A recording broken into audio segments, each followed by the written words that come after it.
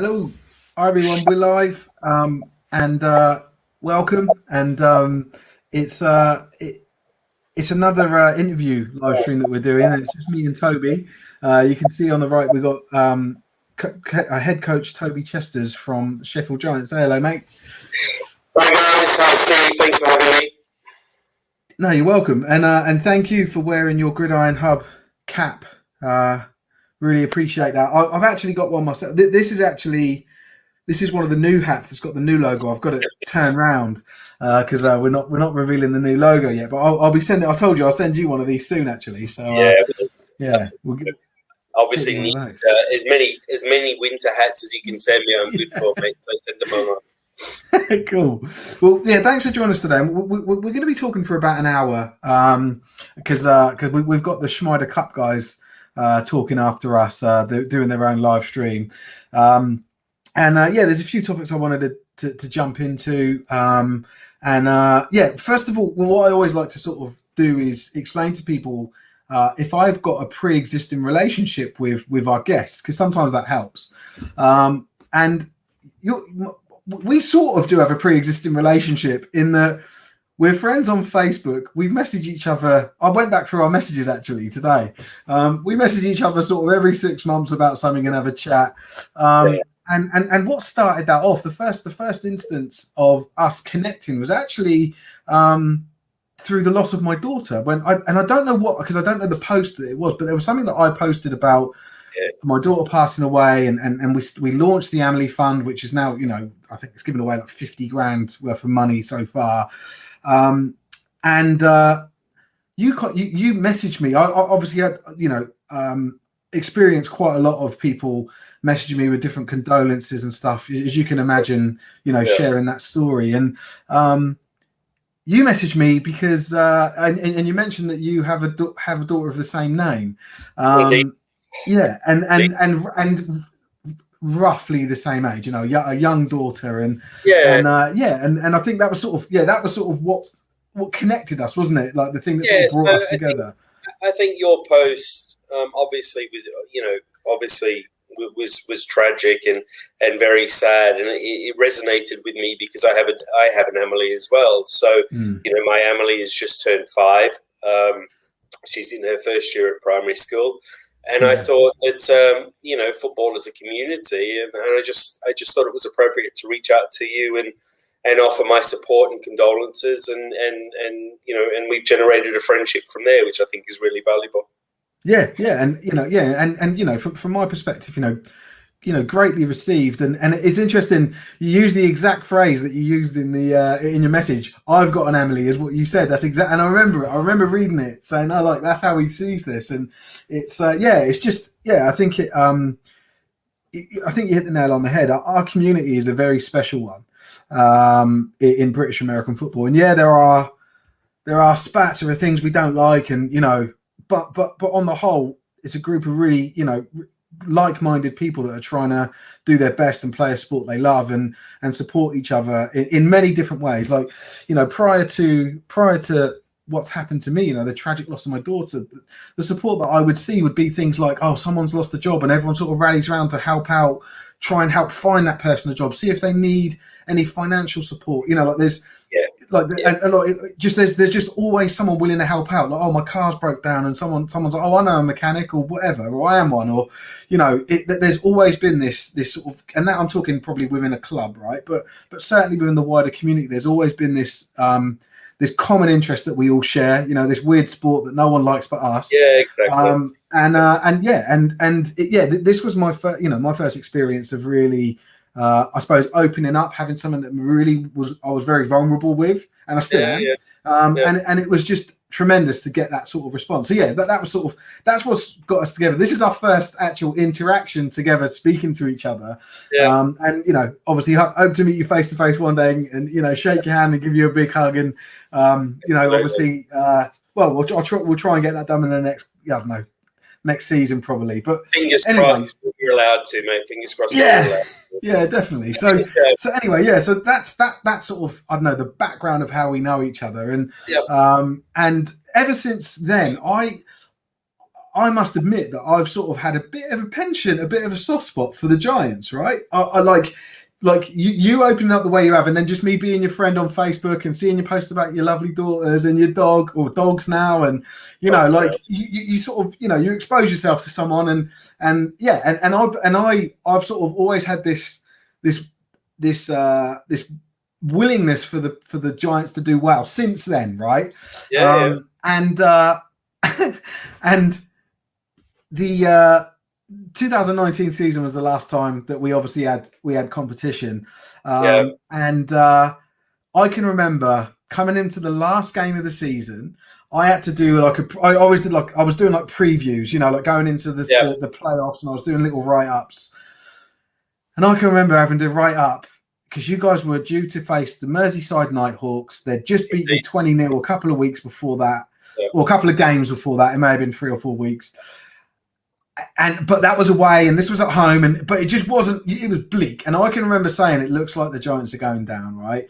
And I can remember taking a little bit of stick for that in the comments, but not too much. But I can remember people saying, "Oh, you know, don't write us off," or whatever, right? And I remember thinking like that. My heart's with them, but my head wasn't, you know. But yeah, like, well, over to you. Like, what happened? How did that last game go? I think you know, any rational pundit or any rational commentator on Britball would have seen that game and thought, as you did, you know, we'd sort of Merseysided. Our games with Merseyside over the years have always been really competitive and good fun, to be honest with you. A great social network and a great group of guys, and we've enjoyed our challenges with them. And then we went to Merseyside that year, and we were having a horrible run, and they tonked us 20-0. We didn't even get a look in, quite frankly, as you said. So, you know, it was disheartening. It was a difficult day, but actually, it might have been the day that sort of made us, you know, refocus on this is what, you know, if we're not careful here, we're in Division 1. So. On the day they came to us, last day of the season, there was a lot riding on it. I think Edinburgh had gone to Manchester and turned them over somehow, miraculously. So that and that sort of had upset the apple cart. And then obviously, you know, I think Leicester were away, and there was all sorts of stuff going on at the bottom of the table. And we opened the game. We felt quite confident, to be honest with you. You know, our game against Merseyside at their place didn't go to plan at all. It was just one of those days where we shouldn't have got out of bed, quite frankly. It was just, you know, from one thing to the next. You know, fumbling punts and turning the ball over. And not to downplay Merseyside, they played fantastically on the day. And when they came to us, we felt quite confident. We thought, you know, we've got a shot here. We'll give it, you know, as we always do in Sheffield. You know, we fight to the last whistle. We're a smash mouth football team, and we don't give up.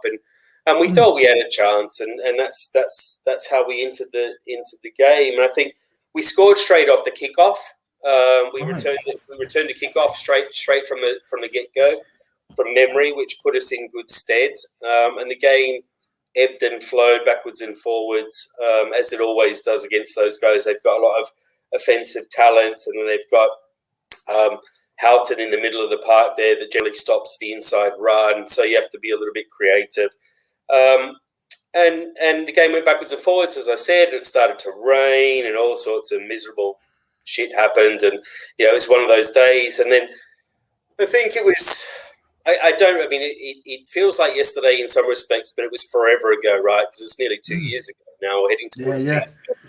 And I think we were about 30 odd yards out, and it was fourth and whatever, and it was do we try and throw it into the end zone, or do we have do we take a shot at it to draw the game? I think we were 20-17 down with a field goal to go, and we sent field goal out. So we sent kick squad out, and kick squad nailed one in the rain from 35 yards to give us a tie. A few minutes left, kicked off. Merseyside were marching, doing really well.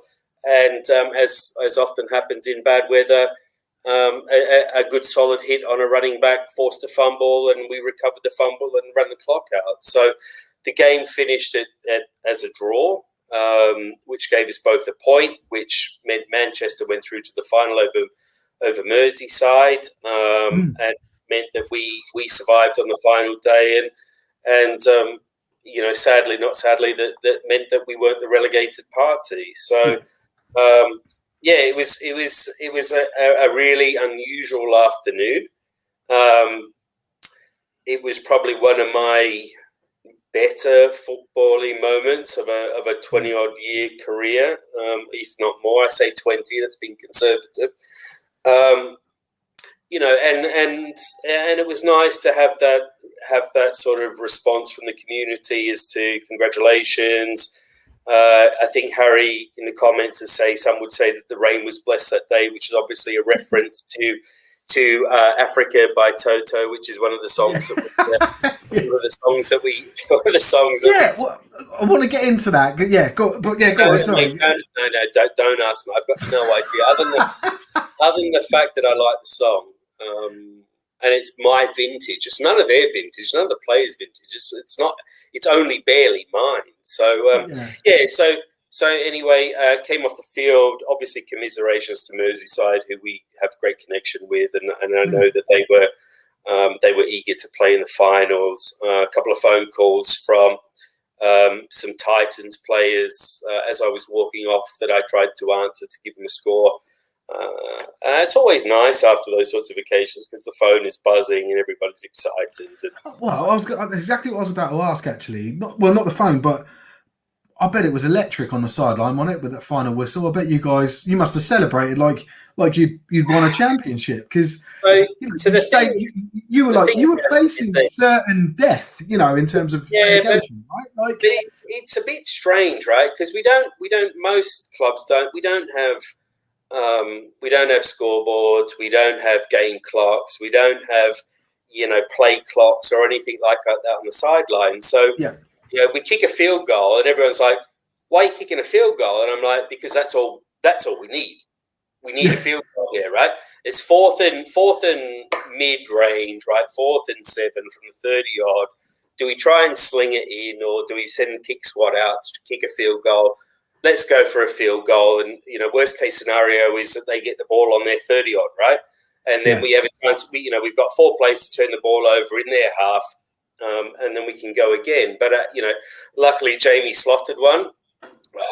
And the rest obviously was, is history. So, it's electric, but it's also a bit weird because nobody really knows what's happening. So you've got to sort of check with in my head, like I've got somebody that I keep to one side because I've got a dreadful memory. It's like, what's a score? Do you know what I mean? Like, what's a score? All those kinds of things. So it's like, what do you think the score is? What do you, so there's this banter that goes around. Well, I think the score is this, ref. What do you think the score is? Well, blah, blah, blah, blah. And so we thought that was enough. And then, why are you kicking a field goal? Because a field goal is enough. Now all we need to do is turn the ball over or stop them from scoring. So, it was slightly subdued until the message got around that actually that was enough for us to stay up. And obviously we celebrated, but on the other side of things is that 2 and 8 wasn't a great season, so it's great to stay up, but you have to address the fact that 2 and 8 isn't necessarily world. Well, you were 2-7-1. You were 2-7-1, of course. So yeah. Well, it keeps my average up, right? So as a head coach, but you've got to, you take your wins where you can. It was a tough year. We didn't have great numbers. We were 0-5. It was a tough year, but it's testament to Sheffield and it's testament to the culture of the club that we don't give up and we just keep punching, right? Oh, so it's interesting you say that, right? Like you were 0-5. Now looking back, I want to share my screen actually because I just want to let everyone see your results over that season because the margin of victory for a lot of your game, loss, the margin of loss, let's say, for the games that you didn't get the win in, was quite small. Like so, let me just share this. So, and I'll blow it up a little bit so you can see. Like here, you lost by a single point. You lost by a single score. And even against the mighty Tamworth, like you guys, you weren't like blown out. You weren't blown out of the water at any time. No. Yeah, there was a couple of games that you scored 0 on, but like this feels like a season of what ifs, like a 2 point difference here. Like so while you're saying, oh, we were 2-7-1 or 2-8, however you want to look at it, you were very close to actually probably come in, a position ahead, or even, getting into that a playoff berth. Like, this, like, so it's, I don't think you had a bad season, but certainly on paper you did. Like, you were scoring points, you weren't conceding points, you had a lot of close games. Yeah, there were lots of positives to take from it. The overriding feeling from my perspective is we just didn't have the numbers, right? We didn't have the depth, and we didn't have the. So, we opened slowly. Leicester gave us a scene to on the first day of the season at their place. Yeah. Which sort of put us on the back foot. We went to Edinburgh, we lost by a point. And then you get into a little bit of a vicious cycle. So, it is that sort of, what do we need to do to get a win? We played Tamworth and we kept them close for a long, long time. But in the end, I think, quality and numbers sort of overran us in a couple of mistakes. I think the game against Manchester in Manchester was one for the ages. I think if you talk to the Titans guys and you talk to us, then that game was 79 points scored in that game. It was awesome. It was, until the first half, at the end of the first half, it was probably one of the best defensive games of football that I'd been involved in this country. It was backwards and forwards. We were lucky enough to have a wide receiver that had played D1 football in the US, who played a couple of games for us, and he was head and shoulders probably the best player on the park from my perspective. He kept us in the game. Sammy Bloomfield was slinging them sidearm all over the place and driving teams forward. There were some interesting discussions with our black and white friends, and we'll leave it at that. But it was a game for the ages, and I think we had a few games that year that we probably, with maybe 10 more bodies, then maybe the final score would have been different. But you live and learn, and there's lots of credit to those guys that the game we played at Manchester at our place that finished 6-0 was. That wasn't a wet weather game. That was a dry weather game. It was just backwards and forwards. It was just epic. And, that's why we play football, to have those sorts of occasions and to be involved in those sorts of experiences, I think is, that's the overriding memory for me. The score at the end of it, generally, sometimes you forget about, depending upon your season. But, remembering individual effort and team effort and all those kinds of things, I think, is the most important part. Yeah, cool. Well, yeah, thanks for sharing that. And I just wanted to. So you mentioned very briefly that you've been involved in the sport over 20 years. Did you say 25 years? Probably nearly 30, Pricey, to be honest. Hold on. Just before I jump into that, I just thought this was a really nice comment that came through on YouTube, just agreeing with what we said. 100%. The British American football community is incredibly welcoming and supportive community. I've only been in it a little while, but the spirit of the community speaks volumes. Yeah. And that's lovely to read. Like someone, because I've been around the sport in the UK quite a while, and it's nice to hear like people coming into it feel that warmth, feel that welcome, welcome nature, that community. So yeah, thanks for sharing. Absolutely. The Kisler, whoever you are, appreciate it. So Toby, tell us about what got you into the sport.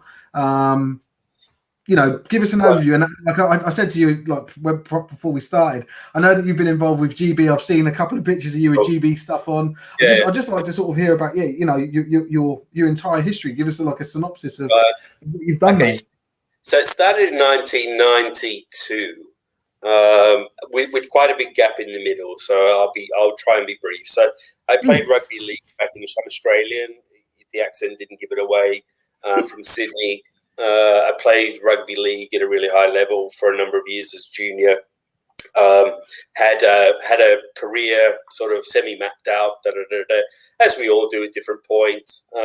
Broke a collarbone, did knee damage same season, stopped growing, got fat, started enjoying beer and cigarettes and chasing the opposite sex and all those kinds of things. Just got distracted, and the rugby career sort of went to the side. So in the old days, this was before the internet. I know, it's sad.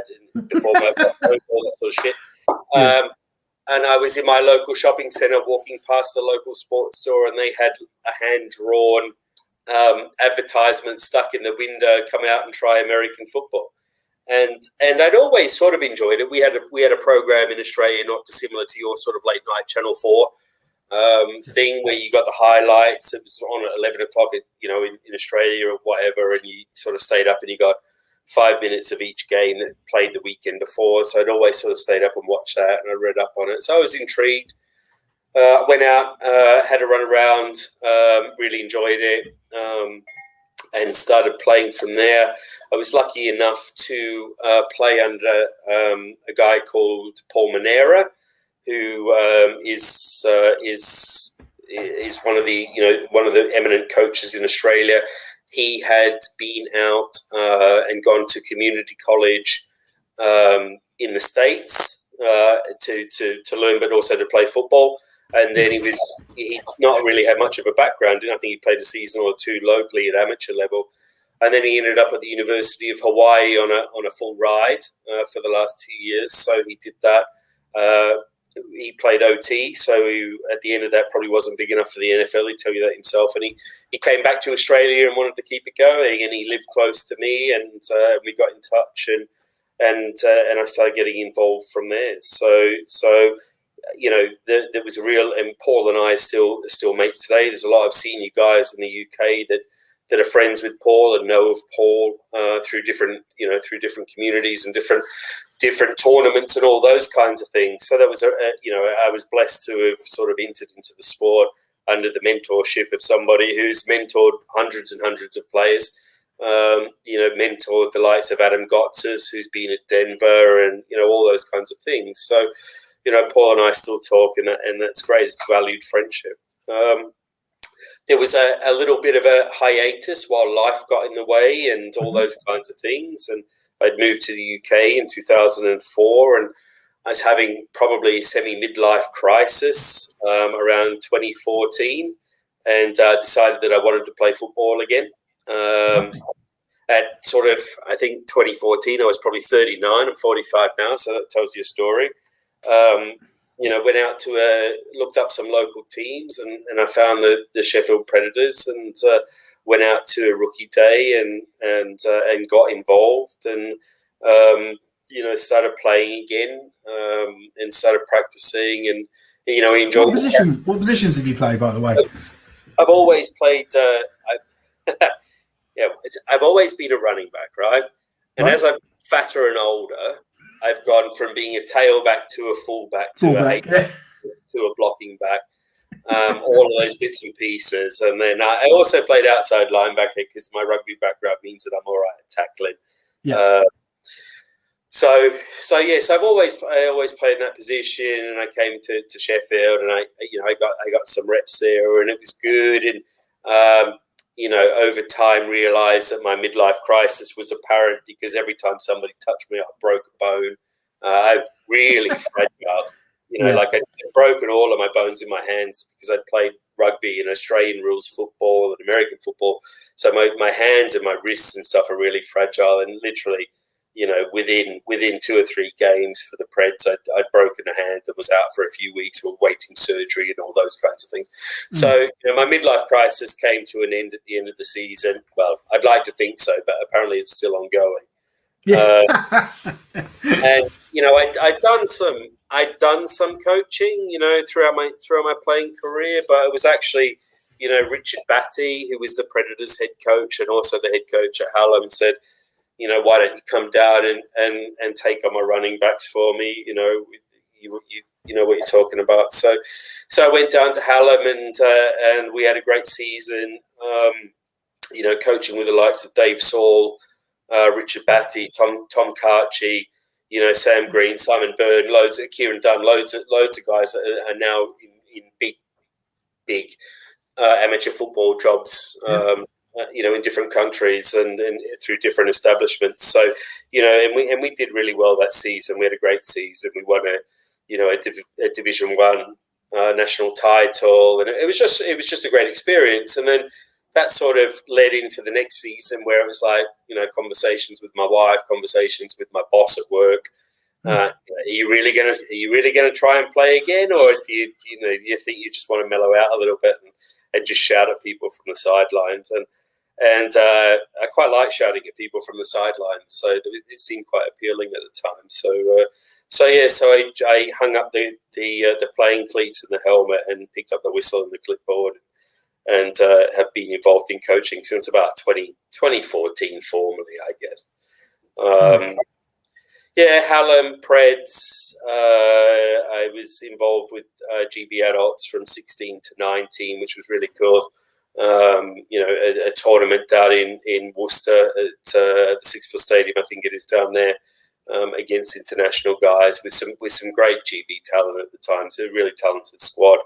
I missed the trip to Sweden because I wasn't available for work for a number of different reasons, but mostly for work. And then I went to Finland with the squad in, I think it was 18 or 19, which was a really great experience. And then sort of hung up the international adult stuff after that. Always at the same time been head coach of the Giants since 17, I think it was. And then recently, picked up sort of responsibility for running backs under Paul Sheraton, Wayne Hill as part of GB Students, which sort of was supposed to be in Hungary last year for the World University Games, but obviously sidetracked by coronavirus. So it's interesting. I don't have I haven't got 25 years coaching experience, and I haven't got mentored under this guy and that guy and that guy for a long time. But I've been involved in the sport for as I said, nearly 30 years. Been involved in competitive sport for a lot longer than that. I've been playing contact sports since I was 5, so that makes it 35 or 40 years. I manage people in a senior role through work. So what I try to do is I try to use those sorts of tangible skills and transferable skills that I use in my professional career and my life to be able to be a better coach on practice and game day and managing the Giants and trying to drive them from where they are to where we expect them and want them to be. Well, and just on that, where do you want to be? What's your vision for the Giants in the next 5, 10, or whatever years? Like, have you got goals that you guys are trying to set out and achieve? Yeah, so we want to be winning national titles, right? So I'm not here to dance. I'm here to win stuff, and so is the rest of the club. But we're realistic about it. So Sheffield has an interesting history with American football. It's always been a little bit of a centre. It's got a long-standing history. There's been lots of successful clubs and lots of success. There's a lot of history with American football in Sheffield, which sometimes we need to pay credence to and acknowledge, and it's part of the reason why we became the Giants. It's a reference back to the Steel City Giants from the oldie days, and it was a great thing to do. But from my perspective, it's we want to be playing London Warriors. We want to be playing London Blitz. We want to be there on the last day of the season at the big dance. We're not. This is Sheffield. We play smash mouth football. We're not afraid of anybody. We just got to get ourselves into a position from a numbers perspective and a resource perspective to be able to drive that. And that's both sort of playing staff, coaching staff, all those kinds of things. We need to be attracting players. We need to be attracting the right level of coaches who buy into our ideas and all those kinds of things, because that's the only way we're going to propel ourselves forward. I'd also love to be putting one of our kids through into the NCAA, whether it be through Filton or the academy, whatever the case may be. Can you talk about that? What is so outside of your senior team? What other teams have your club got? What other structures are there? Yeah, so we've done through the help of some really conscientious guys, Paul Salmon and Ted Faulkner and those guys. we've been able over the last couple of years to develop pretty much a representation in all age groups throughout Britball. We've got the 16s and we've got the 90. I always get this wrong, and I feel bad about youth it. and junior. Yeah. 16s and 19s is the new parlance, isn't it? That you're supposed to use. I can never get it right. I don't know what it is. I need to get it tattooed on my arm. Well, it's because they flipped it, didn't they? It used to be one way, and then they made it the other, and then they got rid of it. So I'm with you, mate. I'm just as confused as you are. So we've invested like a lot of time and effort and money into establishing a youth setup that is provides pathways for kids as young as 6 or 7 to get into football, that leads them to the Giants, that keeps them in Sheffield if they go to university. Hopefully, it sends them to Hallam or sends them to the Uni of Sheffield, and keeps them a Giant throughout the whole process. The biggest thing for us is embedding our culture. Before if wherever the kids want to go to university, wherever the young adults want to go to university, that's we're happy and we are 110% behind them. But what we want to ensure is when they go, they're a Giant. So when they come back, they're a Giant. And I think that's really quite important, because over the years we've sent a lot of young football players out into the university world that maybe we haven't embedded a Sheffield culture in, and they become, and rightly so, they become embedded in the culture or a stronger culture of wherever they end up going to university, that we never see them again. And that's choice, that's prerogative, but we also think we can do a better job in establishing them in the blue before they go somewhere else. So how do you do that? How do you increase cultural awareness or adoption to make sure, like, to use your phrase, that they leave a Giant and then they come back one? Like, what can you do to instill that? So we've got to add value to the process. So everything we try and do has to add a value to it, right? So a young football player comes to us and runs around for a bit and maybe doesn't really see the point, but they want to play American football, and they don't have the best experience in the world, or they don't have kit, or they don't have coaching, or they don't have a setup or structure. And then they go to university, and the university they go to has a kit and a structure and support and all those good things. And then it's, do you really want to, if you go back to your old club, are you going to get this level of support? Why don't you come to our club? We do all these things, look at this, look at that, look at the other. And before you know it, I mean, that's quite enticing, especially if you're a 16, 17, 18-year-old football player who wants to make a future of the sport for themselves. It's like, well, why would I go back to the, when I went and played for that lot, I wasn't even sure whether or not we'd have a coach at training, or whether or not the field was fit for purpose, or whether or not we had the footballs were new, or even pumped up, or whatever the case may be. So whatever we try and do these days for the adults and the juniors and the youth and all those, whoever plays football for us, whether it be flag, contact, or whatever age level, is we try and accumulate value to every time we interact with them. So, why, on the rainy days or the cold Thursday nights in Stoke, there's a value to be had to come to Giants practice, because you know that you'll be made a better football player, or you'll learn something, or you'll run around, or even if it's just you'll have a good time, and all of those things. Try and with that sort of structure around building a culture and protecting the brand and all of those good things. It's like, we're all transactional. In 10 years' time, or 20 years' time, or 30 years' time, I'm not going to be at the Giants. Most of the players won't be at the Giants. Hopefully the Giants will still be there. So, it is building that culture and that brand that attracts people, because they see a value in coming to us, and I think that's the most important part. And so just another thing, right? So, and I've only seen this, I think, in a couple of clubs that I've had exposure to, that I know a little bit more about than just what they've got on their website.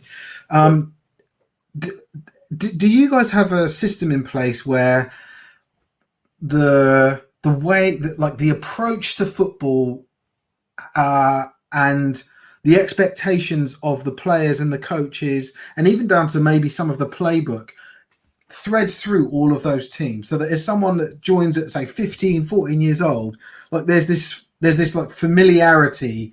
Because I know, like, because I know I've joined a club that didn't have that and then implemented it. So even down to like a certain player blitzing, a certain position blitzing was called the same thing at the senior level as it was with the kid. And you know that maybe sounds like a very small thing, but actually it made a huge difference when these lads were then coming up and training with the senior team a couple of years later or whatever. Yep. And they knew what we were saying and they knew what I meant, and it was just like I don't know, like that pushed it so much further forward in terms of their, what they then were able to take away, because the basics were covered. So we're able to then work on other things with them, So is that like, how does that work at Sheffield? Is it something you're looking at? Yeah, so we have a number of different red threads that we try to thread throughout the age groups and throughout the culture, because I think, the hardest part sometimes, and stuff we've noticed before in the past, is transition between age groups as well. Right. So it is that sort of, so we try and, in lots of instances, we try and keep the verbiage the same. So, we'll try and stick to different, the same sorts of words for the formations generally. Do you know what I mean? Like, you can't be, obviously different. One of the biggest things for me is around playbooks is that sometimes you have to flex your ideology to match your personnel. So if you transplant that through the age groups and stuff, then that has an impact. And you've got different numbers of players as well, and I imagine that changes the formation numbers and all that. It's brilliant. I want to play empty all the time with 5 wide receivers, but I've got 3 fat running backs and no fast guys on the outside, right? So what do? I can't play empty. So sorry, my running back. It was just a metaphor, right? So there is that part that says, right, let's try and keep the standard verbiage the same all the way through it. Let's interact. So the younger guys have interaction with me. They have interaction with our playing our coach. I've seen one. Harry. Yeah, it take long, Harry.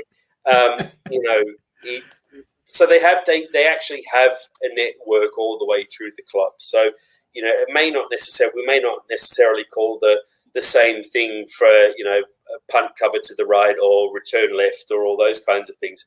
But what we do is we maintain consistency in approach in a number of different areas, because it makes sense and it helps grow the culture and it helps grow the brand.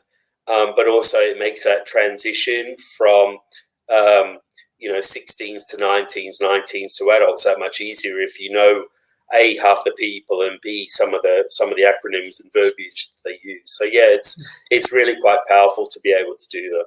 Yeah,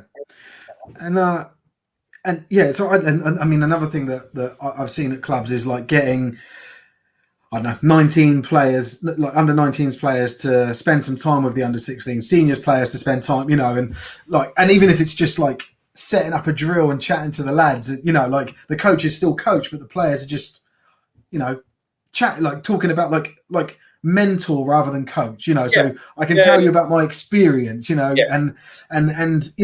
think a lot of those things, certainly, some of the clubs I've been involved in, they make a huge difference. I can remember being, at games, and our entire under 19s team are watching us and cheering us on and like proud. I can remember when we won a championship one year, and I can remember walking up this is at Don Valley Stadium in Sheffield.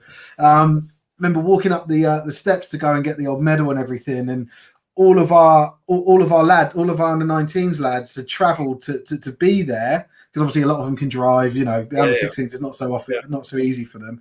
And they all sat together, all like screaming and shouting. But then what they sort of did was like they lined the walkway, so they all stood right next to them. And they were like shaking our hands and like hugging us, and like that was huge. It made and I think a lot of the times people always see it as like hierarchical, like, oh, I'm I shouldn't talk to them, or they put you on a pedestal, and it certainly wasn't the case. Like it genuinely felt like I couldn't wait for some of these lads to come up and play for the seniors because of how great they were, you know. And I know it's rare. I know it's not something that sort of exists everywhere, but I've seen it work. And it, you know, there was a time at that club. I don't like dropping the names of clubs I played in because it just sounds like a broken record. But there was a time at that club where all 4 captains that went out to do the coin toss were from our youth program. You know, like had come through the ranks, and that was like that's awesome. You know, awesome. Like, you know, and that's stuff to sort of be proud of, right? And, that's absolutely, you know, aspirational. Aspirational for us as well. So, you know, I'm a massive advocate of where we can. We play sort of, you know, junior or youth games on the field, on the same field before the seniors play, especially at home, because I think that sort of shared environment, shared atmosphere. I think, you know, I learned massive amounts just from that level of exposure around, you know, what does an adult game day look like? Well, the best way to be involved in an adult game day is to be there, right? So, you know, on game day when we're all, you know, getting ready to go out and run on the field, it's like you take the mystery away from it all by having those guys there and being available. For me, that's a good way of great learning curve, and that then blends into, as you say, that sort of level of support and cheering things on. There's no pedestals in our organisation. I can assure you. I wouldn't mind a pedestal, then I'd be able to see over the O-line. But you know, there's certainly no pedestals at our place. It's very egalitarian. And from a coaching perspective, as a head coach, are you also the offensive coordinator? Because you did say that you called for. So, but you made that call for that field goal. Yeah. So when it comes down to fourths, generally, then I reserve the right to have my influence on the play call. So what are you doing on a game day as head coach? If you've got 2 coordinators, what are you doing? Like just shouting. Shouting. People have commented a couple of times about you shouting. So I manage, exactly, all the time. He's shouting all the time. So you know, the head coach's job is different, right? It's an administrative role. It's making sure that, you know, and it's the way it's always been described to me, and it's the way that I've talked to other head coaches, both locally and you know, in the States or whatever, about you know, their role if they've got 2 coordinators. Exactly, chatting to zebras. I'm not the world's best X's and O's guys, right? I'm far from it. It's not my area of expertise. My area of expertise is man management and motivating and getting the most out of the organization, whether that be on game days or training or all of those things. And therefore, subsequently, my role as a head coach is to ensure that I've got, swearing. Obviously, thanks, Harry. Are we paying Harry to buy the comment here, by the way? I didn't put that one up, but I will now. So on a game day, I'm making sure that I'm putting everybody that's within my remit in a position to be successful. So whether or not that's managing the conditions, so they don't need to worry about, it's managing the personnel, it's managing the medical staff, it's managing the umpiring staff and the referees and all of those kinds of things. I try to provide an overall direction for how I'd like the game to go. So, you know, I'd like to receive the ball, or I'd like to defer, or I'd like to, you know, under these circumstances, I want to punt, defer. You know, if you're not sure, then look at me and I'll give you a signal. You know, all of those kinds of things. But ultimately, you know, I let my subject matter experts be subject matter experts, and if they want to ask me a question, you know, as I said, I've been around for 30 years. I've seen it. You know, I've seen it all. I may not be an expert in it, but you know, if you want my opinion on something, I'm happy to give it. But ultimately, if your role is offensive coordinator or defensive coordinator, then I expect you to fulfill that. And if you need some support, I'll help you. But on a game day, that's your job. So ostensibly, you know, I mark the field out. I put the pads around the posts, all of those bits and pieces, and then I let my professionals be professional. Like I let them do their jobs. And if I feel like my experience warrants a comment, then I'll drop a comment in.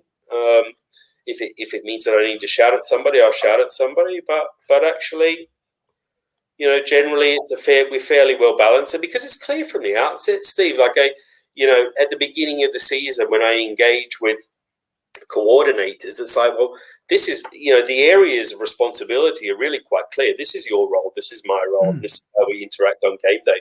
So there's no real middle. There's no real grey space. It's like I'm not going to tell you. I mean, if you keep trying to throw the ball when I think we should run it, I'll tell you run the ball.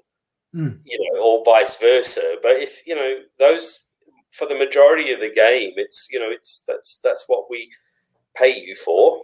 So you deliver upon your responsibility. So in terms of managing that, do you break down so you've got let's look at your two coordinators, right, which are the two most senior roles underneath you, I would assume. Do you measure their success in terms of key performance? But I'm thinking about the business world, right? So, or do you say, well, by the end of the season, I want us here, or do you say I expect a certain level of performance at a game level? How do you manage that? How do you sort of motivate and target them?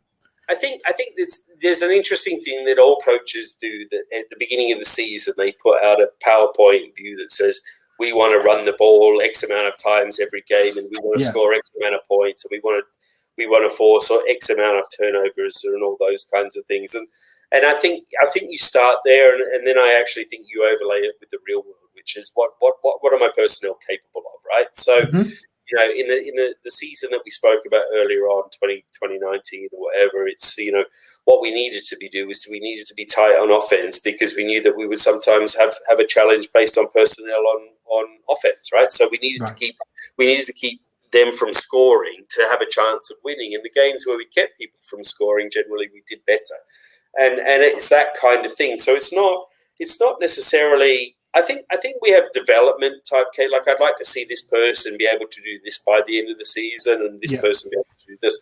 But actually, as a group, I think it's more around. Okay, so we'd like to score 40 points of offense every game, and we'd like to concede no more than 7 points a game, and turn the ball over 6 times a game, and all of these things, and then we realise that we haven't woken up in the NCAA Division 1 with 65 guys on the roster, and we actually have to apply a realistic filter to it and say, actually, I'd really like 7 wins, or 8 wins, or 9 wins, or 10 wins, or whatever the case may be. And I'd really like us to show development in this area, and I'd really like us to throw the ball more, and I'd really like us to get this particular individual the ball more, or free this guy up, or all those things, because I think that's where the competitive advantage is. So it's not necessarily overlaying a season-long KPI on a team that, you can't tell from one week to the next who's going to be available because somebody's got a bar mitzvah or somebody's at a wedding or whatever the case may be. I think it's, that it's that level of agility and flexibility, I think, is quite important as far as that is concerned. They might more than welcome to audit my coordinators. They may say something totally different. No, I'll take your word for it. Okay, so moving over to the player side, I've got a couple of questions from a player's perspective, right? Sure. So let's look at someone completely green, brand new to the sport, lives in the Sheffield area, rugby background, athletic, early 20s. Yeah. Why should they come and play for the Sheffield Giants in the Premiership South? It's a good question. I think it depends on what they want to achieve from the sport. So if they want to, just have a good time and run around and have a few beers with mates and get on the field and maybe not necessarily practice all the time, but they practice when they can and all those kinds of things, then it's a different level of conversation to somebody who rocks up and says, you know what, I want to be the best football player I can be. I want you to help me make me into the best football player I can be. Then it's two different avenues, right? So the guy that sort of turns up and is fairly casual about it, then there's an opportunity here for you. But also at the same time, there is that brief that says, this is the Prem, it's not at this level. It's not participation; it's performance. So I can't guarantee you. And I've had this conversation, and it's awkward, and it's and sometimes you get it wrong, and sometimes you get it right. And I've got it wrong before, and I've got it right before. But actually, you can come down and you can practice, and you can work your butt off, and the Giants as a team, as a fighting team, as a team that's sort of, in the dogfight year after year after year. We don't have many blowouts, right? So I can't guarantee you the fourth quarter of football 6 or 7 times. In the fourth quarter of football, we're often fighting for a result. So it does become that sort of try to manage expectations as best you can at the front around what do you think you're going to get. So if you want to come out and you want to work hard and you want to chance your arm and play be involved in a team that's involved at the highest level within the sport in the UK, then there's a place for you, and we expect you to work hard, and we'll provide you with all the level of support that you can. If you want to sort of come to the odd practice here and there and turn up to the social and not know your playbook and maybe not correspond particularly well with the coaches, and your personal admin is not great, then your time on the field is going to be limited because you just don't know what you're doing, and it's dangerous and it's detrimental to the rest of the team. So it is about sort of making those sorts of things clear to people, is that we can make you the best, or we can help to make you the best football player that you can be, because a lot of the effort has to come from you yourself. But if you're not prepared to put it in, then maybe the Giants isn't the place for you. Maybe go somewhere where it's a little bit more relaxed, or I'm not saying we have an overly complicated playbook, because we don't, but maybe somewhere where your level of dedication to our cause isn't as important as somebody else's. So if whatever you put into us, we'll match. If you put 100% in, we'll give you 100% back. And I think that's the ethos of the club. It's the ethos of the organisation. If you work hard for us, we'll work hard for you, and we'll make you the best football player you can be. And one more sort of player-focused question.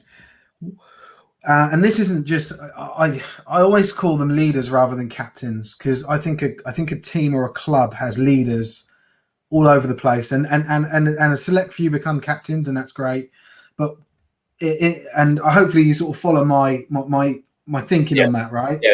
What those leader players? What are your expectations of them? Like, what do you want them to exhibit? What should the club benefit from them, from their behaviour, their attitude? Like, what should they be giving to the club? And that can be player, coaches, anything. Where do you think expectations should lie for those people who are given that little bit extra and a sort of I don't know, like an ambassadorial, if you like, in there? Yeah, I think it's a good title for it, and I think it is about one of my major catch cries, and you may have seen it in different environments, or is protect the brand, right?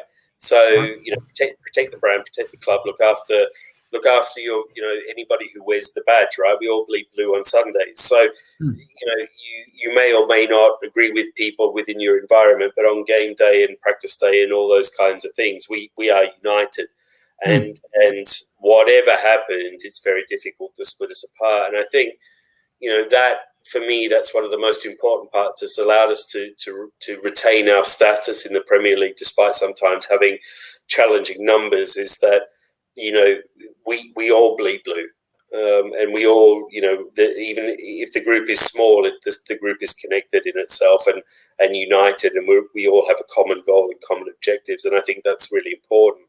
And I think that's important for the guys that you term as leaders, which is protect the brand, protect the club, look after your friends, look after one another on and off the field, maintain the integrity of the Giants and all those kinds of things, and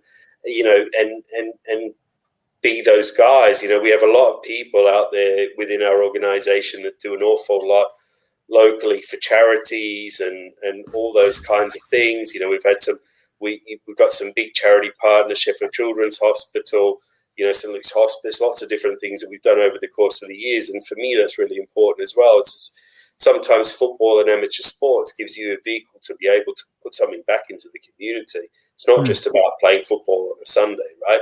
It's about being able to unite 50, 60, 70 guys, a bunch of partners, a bunch of family members, all those kinds of things into finding some common goals and to be able to deliver something that's tangible and meaningful. And I think that's the kind of behaviour that I like to see from my leaders, whether or not they walk out arm in arm as the first four on a Sunday or not is irrelevant for me. Obviously, I like my captains to portray that kind of behaviour anyway, and invariably they do. But we've got a lot of leadership at the Giants, a lot of strong-minded individuals. But as long as they buy into the overriding principle of where we're going and who we are and what we're trying to achieve, and you see it in some of the comments, and you see it in some of our hashtags, and you see it in some of the media that we share and all those kinds of things. We our strength is our unity, and that's a strong foundation for where we want to get to going forward. Yeah, cool. Well, that basically brings us to the end of the hour, the top of the hour, Toby. So, thank you so much for coming on and sharing that. And I obviously wish you guys all the best. Hopefully, we'll find out next week what the season's going to look like.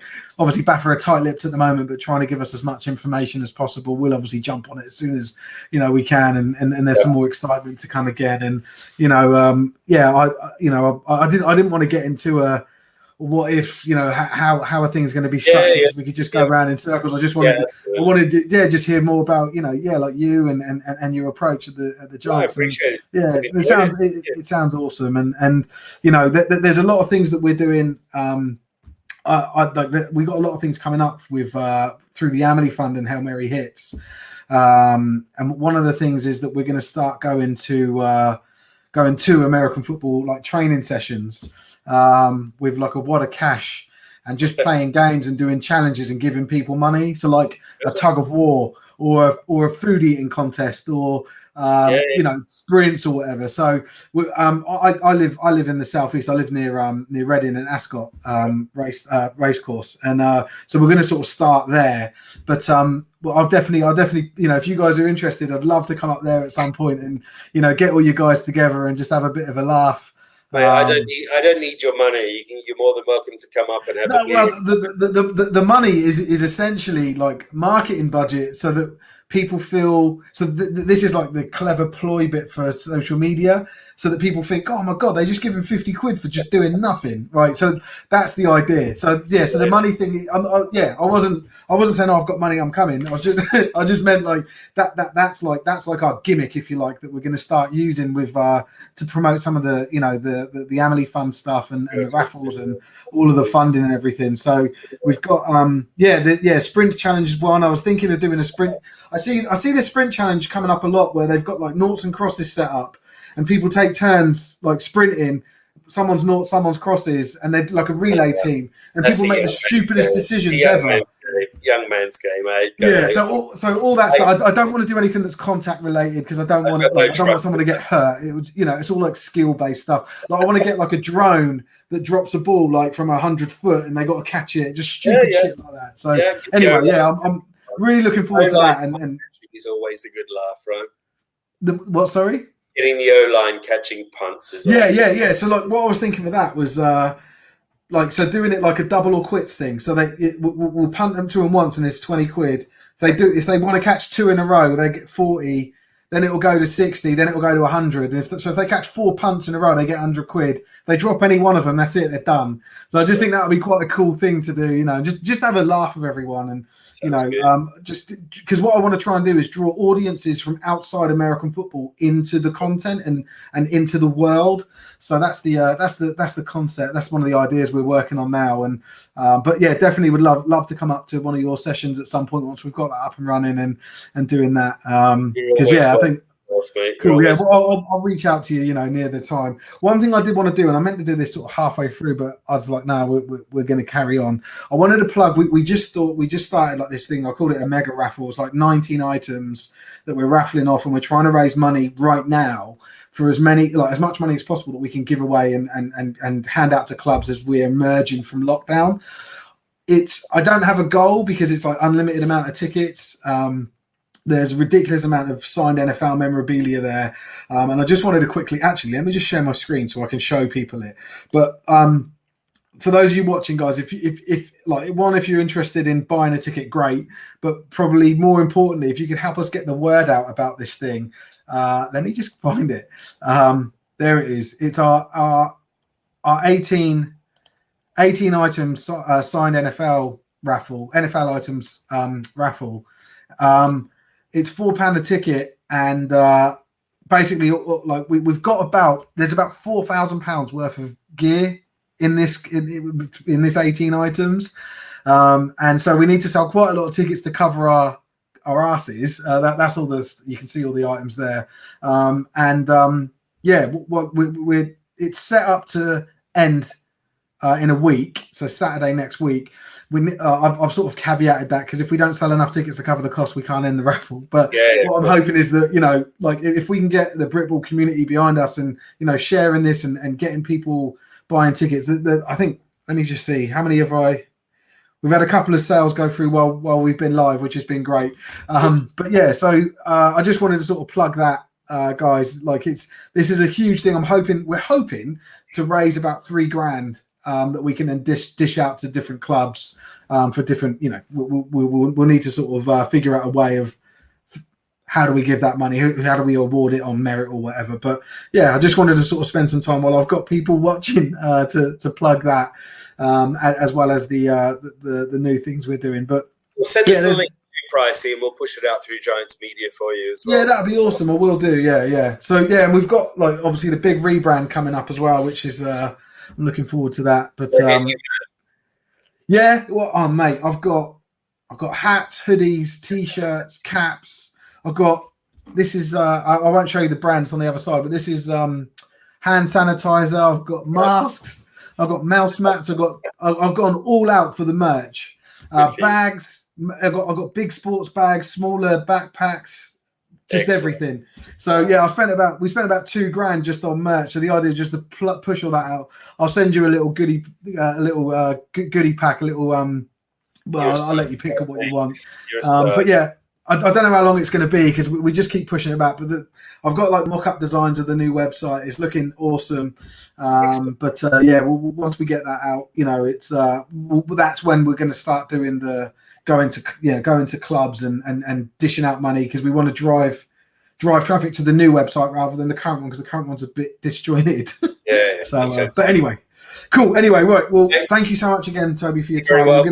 We're gonna end it there, mate. And I'll send you that link. Thanks everyone for watching and joining in. And we'll catch up soon, mate.